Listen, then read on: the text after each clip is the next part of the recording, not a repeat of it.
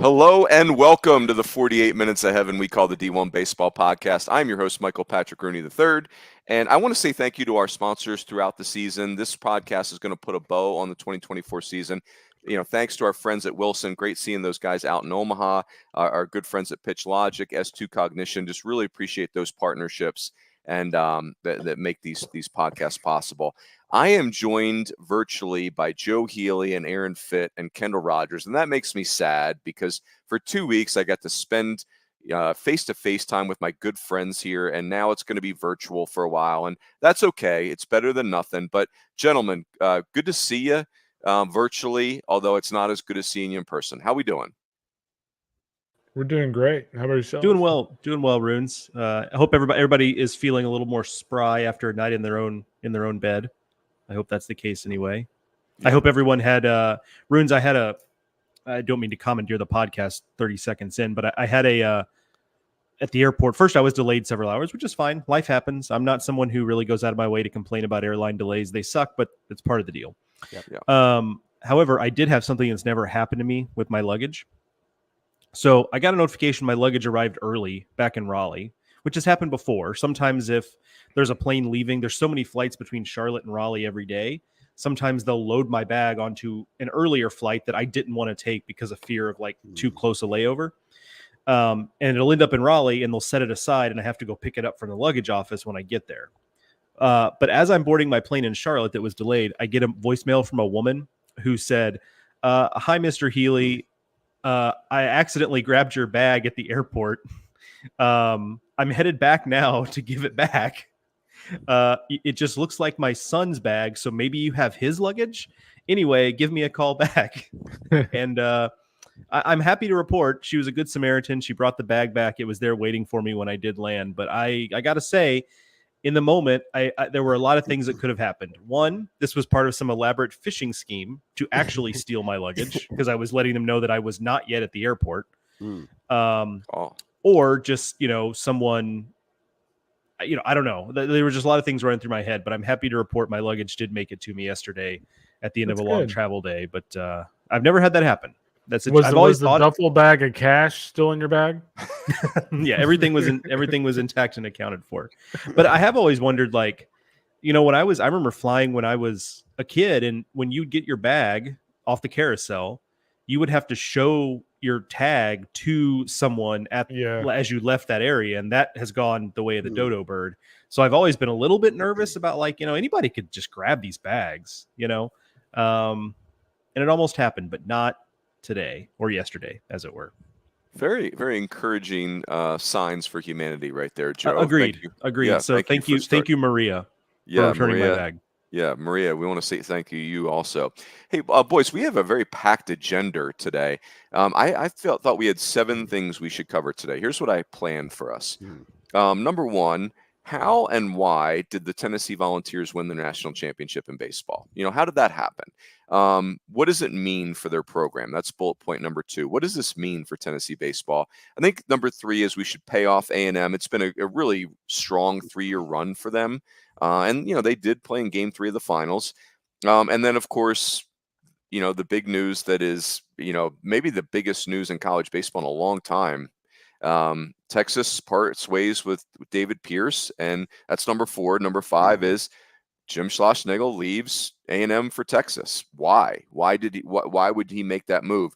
That leads itself to number 6, which is UT a better job than A&M? I think that's an interesting discussion. And then what does A&M do going forward? So let's talk about, in theory, this is 2 separate pods bunched into one, in that, we want to give Tennessee their due. But obviously, this is mega news, the Texas and Texas A&M stuff. So we'll try to compartmentalize that into 2 halves of this podcast. Joe, since you did such a wonderful job with SEC Extra this year, and for many other reasons, you go first. What say you about how did Tennessee do this? How and why did they win the national title?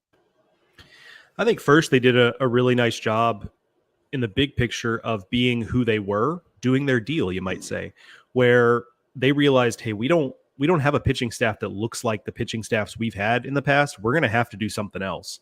And look, I get that it was a high wire act. Tennessee fans got tired of the whole Chris Stamos thing, but scoreboard, right? Like it worked in the end, or at least they got the result they were looking for in the end. So I think that's one. I think two is that look, for all the talent that this Tennessee team has and has had, I think the fact that some of your most important pieces were not, to use a phrase, show ponies, it was a great thing. And I don't mean that derogatory. Like Christian Moore and Blake Burke are just guys with lots of pedigree. They're going to be high draft picks. Like everyone knows about them, so on and so forth.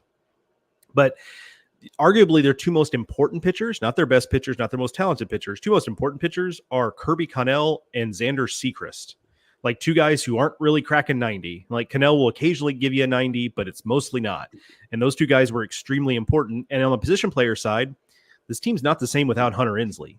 Like guy has turned himself into a very good defensive center fielder, has turned himself into a solid offensive player. And his slide in that championship game ultimately is the deciding run where the throw beats him by 10 feet and he finds a way to get in and touch the plate. Just a big time play, a gritty play. So for all of the talent this team had, they talked mostly in the postgame about grit and resiliency. And I think sometimes we tend to roll our eyes at stuff like that, but it rings true for me that this Tennessee team was talented, sure, but also this team had like a little bit more edge to it in a good way this season than it's had in the past. Love it. Fitzy, what say you? I wanted to talk about something that you wrote, I think, quite eloquently about in the Rune Observations, and that is Blake Burke and just how great of a player he's become, how complete of a player he's become. Because there were some small things that he did in that final game that made huge differences. Defensively, the ball late in the game that was chopped over his head. That Moore fielded behind him, and for Burke to be able to get back to the bag in time to get that out, that was a really tricky play, and it would have been easy to get caught kind of in no man's land there. And he again, he made it look pretty ety, and stuff like that. Just little things. Obviously, the quality of his at bats, the fact that he hit a ball 112 miles an hour into the teeth of the wind, for an RBI double. I mean, his talent is undeniable, but I mean, just his evolution into being, our All-America teams are out today. He's the first teamer, ahead of Nick Kurtz and in a really loaded class. I mean, we have Cags, obviously, as the two-way guy on that team, also a first teamer. But I mean, it's a great first base class, and he's become such just a complete player, and that really jumped out to me. I mean, the star power ultimately did matter a lot. I mean, Christian Moore did have a big World Series. Dylan Dreiling is another All-American and played like it. I mean, just went bananas in Omaha, homered in all three finals games. I think it was 11 RBIs in Omaha. I mean, hit 573 or something. The stars, those three stars in particular, and tears with what he contributed. I mean, obviously he's a star and is going to even be a bigger one. There is still a lot of star power here. I think Joe's point is absolutely right, but also, their stars came to play when it mattered. Kendall, what say you? Yeah, I mean, I think the biggest thing with Tennessee is, Aaron kind of touched on it with Blake Burke, but, for a team that we talked so much about their offense and whatnot throughout the year, I thought their defense across the board was awesome in Omaha. Even the play that Ariel Antigua made it short the other day, that ultimately he didn't get the guy out at first, but like he makes that play in the hole, and you're like, good Lord, like, man, that's an incredible play, even though he didn't get the out. So I just thought their defense was incredibly impressive. I mean, I think was it game 2, A&M hit 2 balls in the gap. I think Ted Burton hit 2 balls in the gap that Tennessee was able to get to and keep the ball from going in the gap and hitting the wall. So I think one, their defense was awesome. I think two, I think we kind of saw the maturation of Tony Vitello a little bit on full display in Omaha. And what I mean by that is, I was talking to somebody about this yesterday, and when you look at Vitello in I think it was the first inning of the second game, he didn't like the strike zone. He comes out of the dugout, he kicks the dirt, and you're like, uh-oh, like Tony's about to, 2 years ago, you're thinking, uh-oh, Tony's about to do something really stupid. Well, what happens? I watched what he did. He went back in the dugout, got a drink of water, sat on the bench for about a minute and a half, collected himself, then went back out there and started coaching again. In the final game, you did not see him animated. You did not see Christian Moore yelling at the pitcher. So I think that the full maturation of this program is on full display, because there was a little moment there where it's like, okay, here's old Tennessee a little bit, but when it mattered most in the final game, they were calm, collected, and they got the job done. So I thought it was kind of funny. I thought there were bits and pieces of that series where it was like old Tennessee, and here's this new Tennessee, and it culminated with a national championship. Yeah, it's well said. I think all the points you guys made, like, this Tennessee roster it had star players, it had future big leaguers, but it didn't have all future big leaguers. It had some really skilled college baseball players, and it had some stars. And I think that's one thing. I think what you said, Kendall, like this 4-year run that Tennessee's on, it wasn't the same year 4 times. They were growing throughout that trajectory. And then I also think, when I think about Tony Vitello getting this job in 2018, I looked at it, I'm like, well, he's a good recruiter and they need better players. So I don't know about the rest of it, but at least if they get better players, that's a win. And man, Tony Vitello was way more ready to be a head coach than I gave him credit for. I mean, hiring Frank Anderson, genius. Josh Elander with his TCU bloodlines, genius. And that's kind of ironic now, but Quentin Eberhardt, their strength coach, you can tell that's a big part of who they are as a program. And, there's a picture circulating on Twitter right now of empty stands in February of 2018, Tony Vitello's first game. And now it's one of the spookiest places to play in college baseball. And they're going to put $100 million into the place. And, so it just, we knew Tony Vitello would get good players, and he has. And, not everyone cares for the way he expresses himself, and I actually think that's fine. Like that's good for the enterprise, right? Like some people love that really expressive kind of WWE style, and others don't care for it. I think it's totally fine. Like we can't just have an ice cream store that only sells chocolate ice cream. So we beg.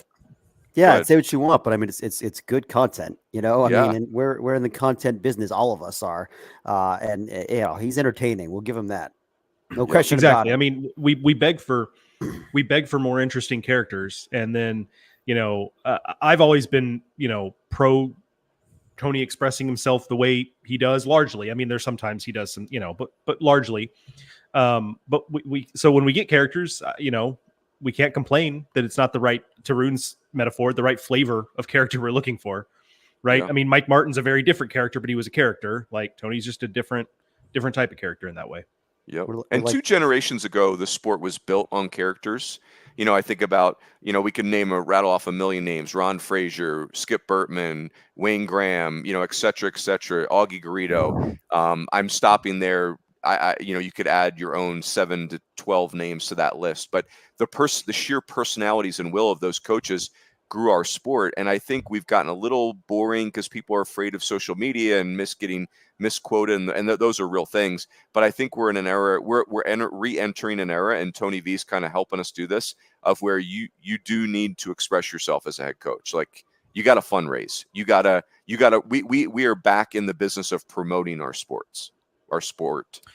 Yeah, let's put a pin in that, Runes, well, I was just going to say, let's put a pin in that, because I think that's actually a really interesting. Not that I'm trying to cut Kendall off. I'm just saying, like, no, you're good. This discussion, like, I think is an interesting one for us to dive a little bit deeper into in the off season as an episode, because I do think Runes is onto something. Go ahead, Kendall. No, I was going to say, like, in a way, even though they're different, I think Tony's a little more high energy, but like Tony kind of feels like college baseball. This era of college baseball is Pat Murphy. I mean, we all love Murph, right? But like, he was an ultra polarizing figure. I mean, you're talking about a guy that literally went up to a pitcher and tried to square up a pitcher in a regional. I mean, let's go. So you're saying, we talk about how crazy Tony is. I mean, you're talking about a guy who literally tried to fight a pitcher in a regional. It's amazing. God bless Murph. Now he's a big league manager. That's right. Who knows? See, my thesis is complete, Joe. Right? It's like. There's a direct line between those two things. Yeah, it's like, it was right like that. It was just completely linear. Hey, boys, let's do this. So Tennessee, just an awesome accomplishment. I'll put a bow on it with this. If you've not looked on Twitter and seen the parade in Knoxville, unbelievable. So cool. I mean, just the streets flooded with people, and it looked like Tennessee's baseball team won an NBA championship. I mean, just looked awesome. Let's talk about A&M. Because we're going to get to the news in a second, but I don't want to lose the sight of the fact that the players and coaches at A&M have had a really good 3-year run, right? Like they go to Omaha in year 1 of the Jim Schlossnagle era. Then last year, it looks like they're in danger of missing a regional. Next thing you know, I think they ended up in game 3 of a super, and now they play for the national title. It was a heck of a year. Kendall, I think it's most appropriate for you to start. If you had to put a bow on this season for Texas A&M, how would you do it? Yeah, I mean, I think the biggest thing for me is I think back to fall workouts when I was talking to Jim about their team, and I saw them play against Houston. And I was like, man, these guys look really good. And I remember talking to Jim. He goes, "Oh yeah, as a matter of fact, we just finished our fall workouts like 5 days early because I've seen all I need to see." And that resonated with me because I don't think I've ever seen a coach or heard a coach say like we're ending fall workouts early because I've literally seen everything I need to see. And so I've seen enough. Yeah, exactly. And it was really pretty much like that. And so going into the season, I expected big things out of them, but I really liked the construction of their offensive lineup. Obviously, we were just talking about Caden Sorrell a minute ago. I really liked what he did as a freshman at times. Obviously, the top of that lineup is as good as anything in college baseball. Maybe the best. I mean, you could argue Tennessee, obviously, but I mean that top 4 group, top 5 group was elite. And so, I think when you look at that, you look at the job that Max Wiener did with the pitching staff this past year. I mean, 2 years ago, this was a pitching staff that I want to say had an ERA around 6. This past season, I think they finished top 3 or 4 in the country in ERA. So they made big strides there. But ultimately, there's no doubt that staff left A&M in a better spot than it was in, and it was a pretty special season for them. Fitzy, what say you? Yeah, I mean, absolutely. It was an incredible season. I thought for large chunks of the year, I thought they were the best team in the country. Yeah. And if they were completely healthy in the postseason, I mean, again, they almost won it all anyway. Even without Braden Montgomery and Shane Sadeo, I mean, they were 7 outs away from winning it all on Sunday afternoon. I mean, they were up 1-0. I mean, and then I was just so impressed in the final game with the fact they're down 6-1, and it feels like it's lights out, party's over, and they still made it interesting. I think each of the last 4 innings, they had the tying or go ahead run on at the plate or on base, or I mean, they had threats. You're one swing away from tying or taking the lead in each of the last 4 innings after being down 6-1. I mean, it made that thing far less comfortable for Tennessee than it felt like it was going to be. And it wound up being a 1-run game, and they came up just short. But like they did all that with Laviolette being far from 100%, and no Montgomery, and no Sadeo, and Appel being banged up, and Shot, of course, playing through the knee thing. I mean, it's just like it's incredible the year that they did, the year that they had, given the adversity they had to battle through. This team was absurdly good, and they nearly pulled the whole thing off. It's really amazing. Good, Joe. Totally agree. I mean, speaks to the what if game is I think gonna, as great as the season was, the what if game I think is gonna haunt some of the A&M folks a little bit of like, if we'd just been marginally more healthy, was it actually our year and we just couldn't quite get over the finish line because we got so nicked up? We'll obviously never know, but the season was I think a realization of what Texas A&M baseball can be. Right. I mean, all the reports I was getting out of, I mean, Kendall knows better than the rest of us, but everything I was hearing about Bluebell Park was that like, hey, the atmosphere there was like on another level this year. Like it was just maybe the last place you want to play. It's always been a tough environment for road teams, but again, from what I'd heard, it was just something totally different. Obviously, the talent's incredible with so much emphasis on the portal these days, and A&M still plays in that world. Obviously, shout out to Braden Montgomery, but Jace Laviolette and Gavin Grahovac are just the old school traditional recruits. You bring them in as freshmen and they're excellent right off the bat, and they're, potentially foundational players. Now, we'll talk about a little that more later, but at least on paper, like that's how you build a program like that. And so it was just kind of A&M finally, after, let's face it, Like there's been some high points in that program's history, but the last 2 Omaha trips and 2 of the last 3 years are the 2 best postseason performances for the Aggies ever. So they were finally starting to realize the potential that I think we've all seen in that program. And so hats off to them for a great performance. They were a heck of a lot of fun to watch this year. And I'll always wonder what if they just stayed a little healthier. Yep, well said. I think I would just, to put a bow on it, congratulations against the Tennessee. If I'm doing the math right, you think about this over the last 4 years, 3 Omahas and a 57-win team, a national title. No one's been better at college baseball over the last 4 years collectively than Tennessee. It's probably a very appropriate exclamation point on that 4-year period. And before Tony V got the job from 2006 to 2017, which is basically 12 seasons, Tennessee didn't so much as scare the NCAA tournament, let alone get in it. And then you're on top. Go ahead, Fitzy. I want to add this too. Tennessee having become the first number 1 national seed to win it all since Miami in '99, of course, the first national champion to reach the 60-win plateau since Wichita State in 1989. Winning the SEC regular season coach championship and then the SEC tournament and then winning it all. That's like comparable to what Vanderbilt did in 2019 as the number 2 national seed. They won the SEC regular season and tournament and then won it all. And we kind of thought, well, that puts them in this conversation as one of the greatest teams ever. What I'm saying is what Tennessee has done now. I don't necessarily think this is Tennessee's. I would say of the last 4 years, you can make a case that this is the 4th most talented team just because of they don't have the Burns and the Dolanders, the dominant starting pitching that they've had in previous seasons. The pitching feels like it's even though I think they led the nation in ERA, I think they did, but which is nuts. Like it does not feel like the pitching talent. Like this staff shouldn't have been as good as it was, but it was. They did it, man. They did it. Is this the greatest college baseball team of the 64-team era? I mean, one of the great teams of all time. I think you have to ask yourself that question, and certainly time will tell. But I think this team will be remembered pretty fondly in the history books. Yep, well said. And by the way, I misspoke. Texas A&M last year in 2023, they got to Game 7 of a regional.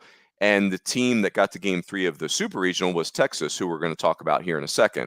So, and again, we knew we were going to have a first-time winner, and that's always a cool thing. So, yeah, congratulations to Tennessee.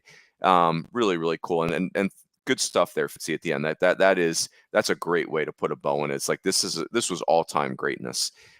So the next bullet point is Texas on the day of the national championship. Game 3, they part ways with David Pierce, which is just sickening to me. Like, not that they parted ways with David Pierce, but the fact that, and I want to be clear, like I have great respect for Texas baseball and the Texas athletic department. Like Billy Bates was my favorite college baseball player growing up. And their second baseman at Texas, and Coach Gus and Augie Garrido. Are you kidding me? And they lead college baseball at the most College World Series appearances. So you guys know, because of our chat this morning, I started out just disgusted at Texas. Like, how dare you? Like, why? Are you kidding me? You couldn't wait 24 hours. And I would love if somebody could give me a rational reason why Texas couldn't wait until Tuesday morning to say, hey, we've mutually parted ways with David Pierce. That makes me sick to my stomach, because now we have like 3 seconds to talk about Tennessee, and we have now, but whose fault that is? That's college sports' fault. Because you know what would happen if an owner in the NFL announced a coaching change the day of the Super Bowl? That person would have a real problem, right? Like that would not happen. And because we're a headless horseman in college sports, Texas did it yesterday, but somebody else would have done it. Again, if somebody's got a rational reason for why Texas needed to do that, I'm open to it, because I'm struggling with it. But I really think it's an indictment of college sports. I just want to say this about David Pierce, and I'll open it up. He was there 7 seasons. 6 of those seasons they went to the NCAA tournament. 4 of those seasons they went to a super regional. 3 of those seasons they went to the College World Series. That's how high the bar is at Texas. Now, again, like David Pierce, he rearranged his entire staff. That has ramifications. There's other things, right? It's not just your NCAA tournament performance, etc. But let me just open it up there, guys. Fitzy, you look like you had something. Go ahead. Yeah, well, I mean, just going back to the timing thing. I mean, okay, you could wait till the day after the World Series, or hey, maybe you could have announced it last week. Like everyone knew this was coming. This was the worst kept secret in all of sports. I mean, I've got randos texting me from radio shows across America saying, "Hey, can you come on and talk about the Texas job?" I'm like, guys, it's not even open yet. I mean, like everyone knew it was coming, and this was a done deal a while ago. And you're gonna wait until now. Why would you wait, guys? Let me ask you this: like, why would you wait? Schlossnagle's out there saying today, "Oh, this all just came together in the last 2 days." Like, listen, if you believe that, I got some beachfront real estate in Austin that can I interest you in this, because that's a joke. That's a joke. Like, this was obviously in the works for a while, and don't treat us like we're idiots. Kendall, go ahead, boys. My bad. I had myself muted. Yeah, without a doubt, Jim's clearly lying about that. I mean, this deal has been in the works since after the Georgia series, before the regional.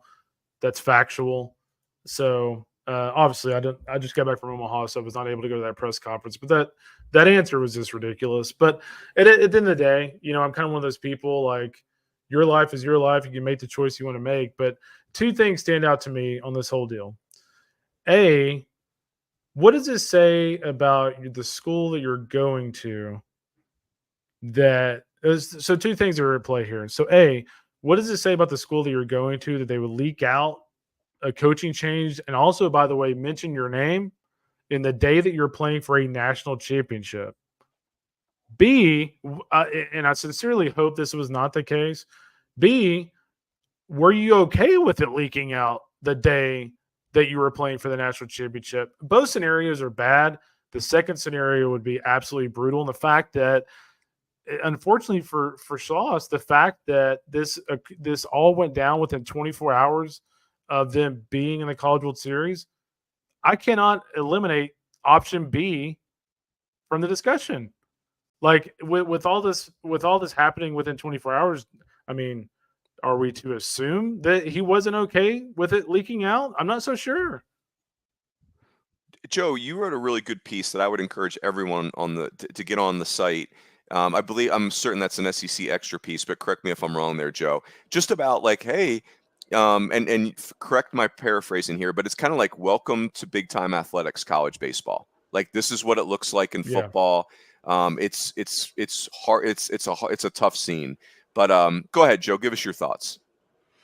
Yeah, I think that's right. I think this is just a symptom of where we are in college athletics, right? It's just stuff that's been happening in football and to some degree men's and women's basketball for a while that's bleeding into baseball now. And I assume, I don't keep up with other collegiate sports of baseball size, volleyball, softball, stuff like that, as much as I do baseball. But I assume in those sports, maybe we're seeing some of that stuff leak through as well. I think it's just the cost of doing business. And look, if you're someone that enjoys palace intrigue, I mean, we can talk about how some elements of it are distasteful. Like, there's no argument against the fact that, like, people like reading about it. I mean, people enjoy talking about it. Like, people love to gossip. So, like, that's just going to be a part of it.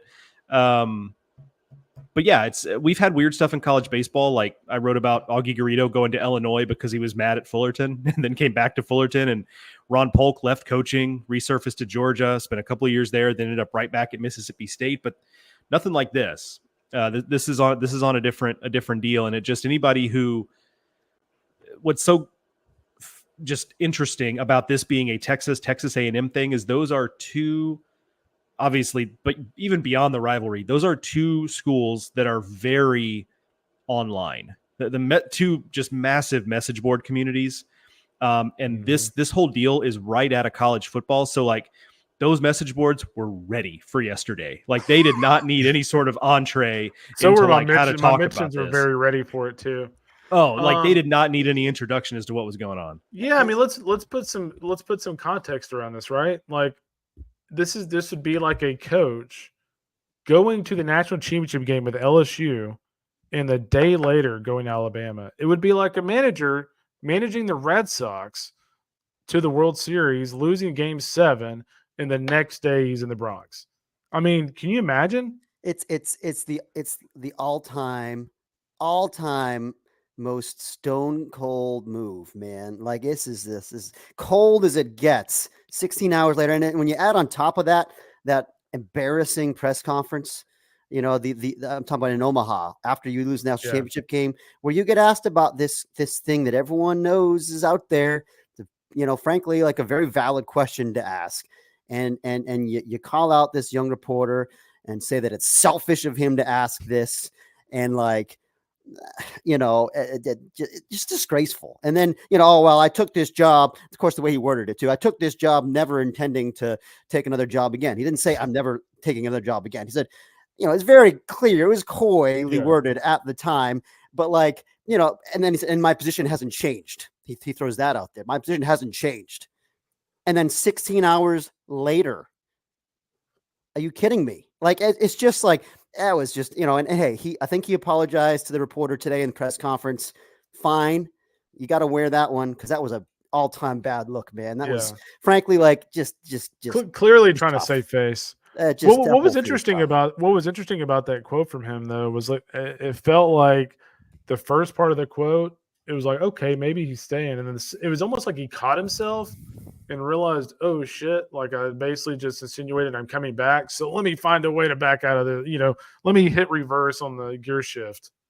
And I would say I'm glad that Schloss apologized to the reporter, because I don't think, and now this is me really generalizing, I don't think a football coach would do that. I think football is just kind of like big, you know, bigger, perceived as bigger than life and whatever, you know, but I think they're just more cold-blooded. As Joe, you know, we're kind of headed down that road, but yeah, that was a tough scene. So here's the next question, boys. I'm gonna put it two questions into one. So the question is, why did Schloss leave? And then is UT potentially a better job than Texas A&M? I think that's no. Let me do the first part. You know, like, he worked for Chris Del Conte at TCU for like almost 10 years, right? Like, they're very close. And, you know, I don't care what walk of life, comfort with your boss matters. I feel like I've read things that say that's actually more important than money to people. Like, people leave more often because of uncertainty around their boss than they do around money. So that's a real thing. Trev Alberts is the new AD at Texas A&M. Seems wonderful. I in no way could I label him a baseball guy, right? Like, it, you know, no offense to Nebraska, but this is a whole different animal in baseball than what Trev Alberts has ever experienced. No offense to the Mavericks of UNO. And so, you know, like, Chris Del Conte is very familiar with big time baseball. You know, maybe, you know, Jim Schlossnagle is divorced and in a relationship. Maybe he wants to start, you know, have a second family in Austin, not College Station. Like, that's where people live matters to people, right? Like, it could be the money. There's a million different things that could be at play here. But I think it does lends itself to the question, is Texas a better job than A&M in baseball? Kendall, why don't you go first on any of those topics? Yeah, I mean, I think they're very similar jobs. And from talking to SEC coaches and really all college baseball coaches, they agree. I think if you look at the two jobs overall, Texas, check mark in the history department. But I think when you look at both these schools in terms of the money they have, in terms of the facilities they have, in terms of the crowds they have, I think they're very comparable. It's kind of like, what do you prefer, right? Like, do you prefer to live in Austin? Do you prefer to live in a true college town? You know, every kid is different. So I think the differences between the two programs are very small. Just frankly, for me, it's like, where would you rather go to school? You know, what do you want to major in? There's things that you can major in at A&M that are better than Texas and vice versa, right? So the differences for me are very small. I think from a baseball perspective, both of them are always going to be in a good spot facilities-wise. A&M will probably end up being in a better spot than Texas facilities-wise, because after this, there's no telling how much money they're going to be willing to spend on a ballpark. They will spend well over $80 million on this new ballpark renovation just to make a point, because they've got the money to do it. So we have to go into it knowing that. And here's the one thing I will say. I mean, I grew up going to Texas games, A&M games. And I'll say this, Dish Falk is great. The fans there are awesome, but there will never be a time where their postseason crowds will be what Bluebell was in the regional and super regional this year. It's just a different type of fan base. So again, I think they're comparable. I think they both have their pluses and minuses. And, you know, somebody yesterday wanted me to debate the merits of both programs. And I wasn't going to go down that rabbit hole, because I truly think they're very close.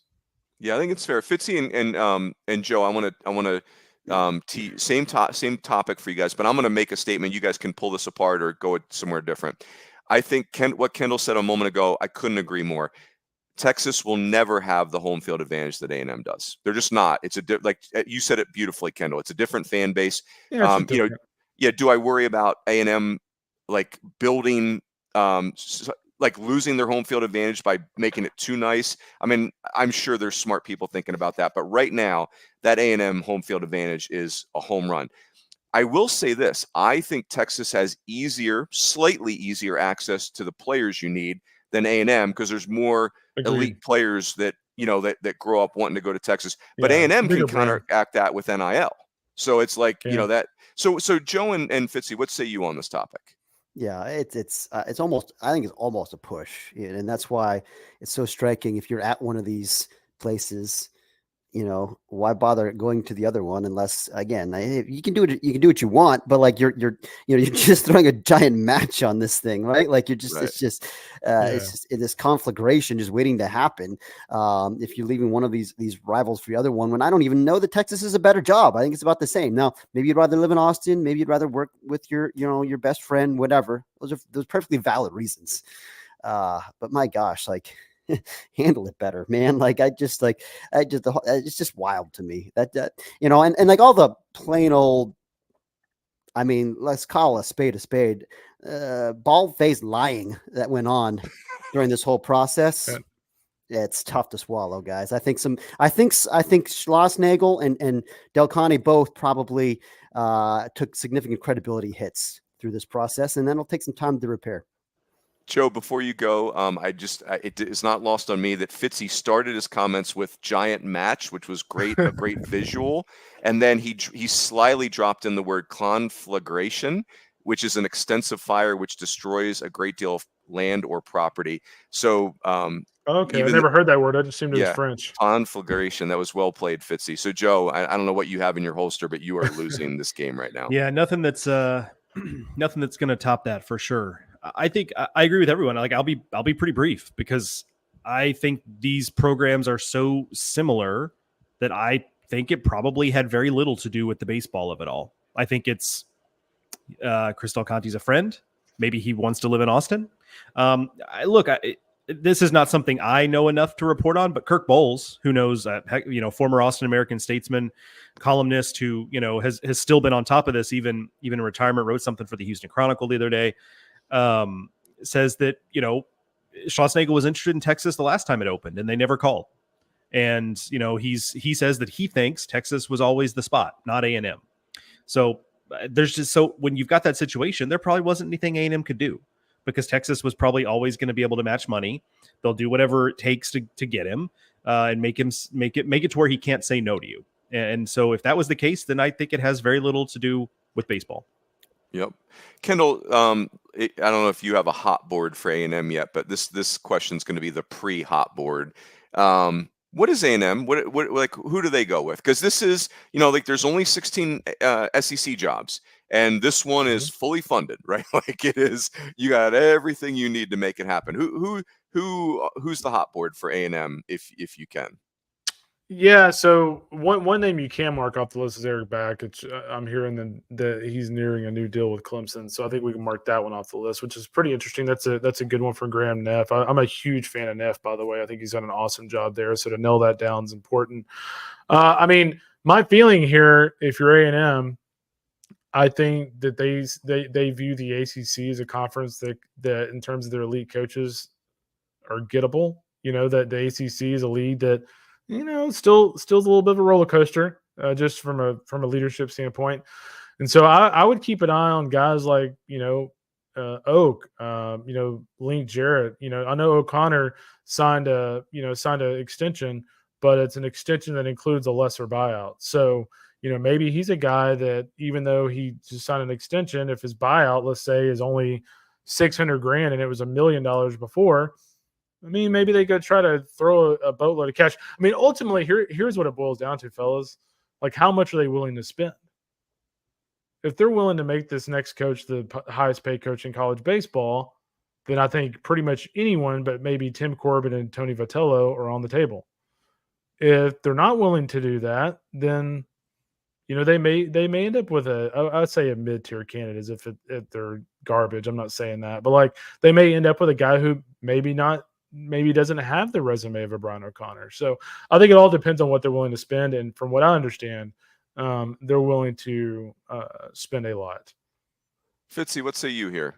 I mean, why wouldn't they be? If they're willing to spend an extra couple, I mean, like Kendall said before, I mean, if we're spend $80 million in your stadium just to prove a point, I mean, like, yeah, I got to imagine that they're going to pull out all the stops here. Why wouldn't they? They've got the money, and they have the interest, and so let's go. I mean, yeah, absolutely. I don't know who it's going to be. Obviously, nobody does. Not even Martha, I think, knows yet. But like, there's going to be serious interest. I mean, it's one of the best jobs. Martha could use a break. Yeah, I bet she could. Martha's gas. Tell her to go have a Mai Tai on the beach. She'll be fine. Is Martha? Is she union labor, or like is there like some sort of the right to work union mandated break? Yeah, but by the way, I just want to I want to say I'm totally like kidding about this. So, Vol Twitter, please do not tweet at me. I'm totally kidding. But part of me is like, can you imagine after the cold handshake at the national championship trophy, if Tony was like, you know what, screw this, I'm going down there and I want to play that dude every single year. Like, can you imagine just the drama involved in all that? It will never happen, but dreamers can dream. Yep. Oh, crazy. I want to say this again to my own detriment. NCAA, can you please clean it up a little bit? Are we really like dismissing coaches on the day of the Super Bowl for our sport? Like, if the people in the NCAA are just sitting around not digesting that, please digest that. That is just ridiculous. And you're right, Fitzy. I didn't think about it. Like, just do it a week ago, for God's sakes. Like, so dumb. Like this. I mean, the only reason to wait is because you're getting Schloss and you're trying to delay that as long as you can. But then at that rate, why not just wait till the day after the series? I still don't understand. But the other thing there is too is like we were talking about the other night. It's like, wow, that's who you're hiring? No way. Yeah, you know what I mean? Like, yeah, it's not like it's some incredibly surprising hire. Everybody is known. It's just like it's crazy. It's just so crazy how they handled it on both sides. Yeah. Well, I think these coaches are naive sometimes. I think they know more than we do sometimes, and usually, honestly, 99% of the times, we all know way more than they do. Yep. And again, I'm being very redundant now, but there's just no one to look out for the good of our sport. There's just not. It's like we just have all these entities that are in kill or be killed mode, and then we hope that it's going to turn out great at the end. We really need some help at the top. Baseball not alone in that, by the way. That's not a baseball problem. That's a college athletics problem. College sports being. I mean, I know Charlie Baker's trying, but we're a headless horseman. That's what we're here for. I mean, it's not NCAA. It's not Charlie Baker's job to tell these idiot ADs when they can announce their firings. It's we're here to hold them accountable. That's our job, and we're doing it. Doggone it. Done and done. So. Oh, very good. All right, boys. Well done. Again, congrats to Tennessee. What a great thing for that fan base. God knows Coach Rooney and the Vol Nation did not have great moments last year, but I think we're all genuinely happy for that fan base. That here in Tennessee, sing Rocky Top in the Chuck at the end there after the game, seeing the joy on Peyton Manning's face. I mean, just could have done without that. Could have done without the Peyton Manning joy. Do we know if Chris from Louisville's pulse has gone below 160 yet? I hope not. Peyton was in the elevator last week, and listen. I wanted to ask him if he still has nightmares about Ty Law intercepting him 3 times in the 2004 AFC Championship game, but I didn't. You took the high road. I took the he high didn't road. kick you out of the elevator like Joey B did me, did he? Oh, that's right. No, that's right. Yeah, you're persona non grata. That's right. Oh, so good. Very good. So congrats to Tennessee, our 2024 national champions in baseball, first ever in school history, our 6th different SEC school winning a national title in the last 7 seasons. Absolutely incredible. So there'll be tons of content coming sooner than we think because the college national team actually plays tonight, and the great Joe Healy will be there in a matter of hours. So let's flip the page quickly. Gentlemen, great job in Omaha. That was so fun to see you guys. So fun to run into all the fans we ran into. And so I guess this is a really important time for us to say thank you to all the fans that make our lives possible. This is obviously a labor of love for all four of us to cover this sport, and another really awesome season in the books. More to come, obviously, this summer. So that's it. Let's sign off there. Everyone enjoy your week, and we'll catch you next time on the D1 Baseball Podcast.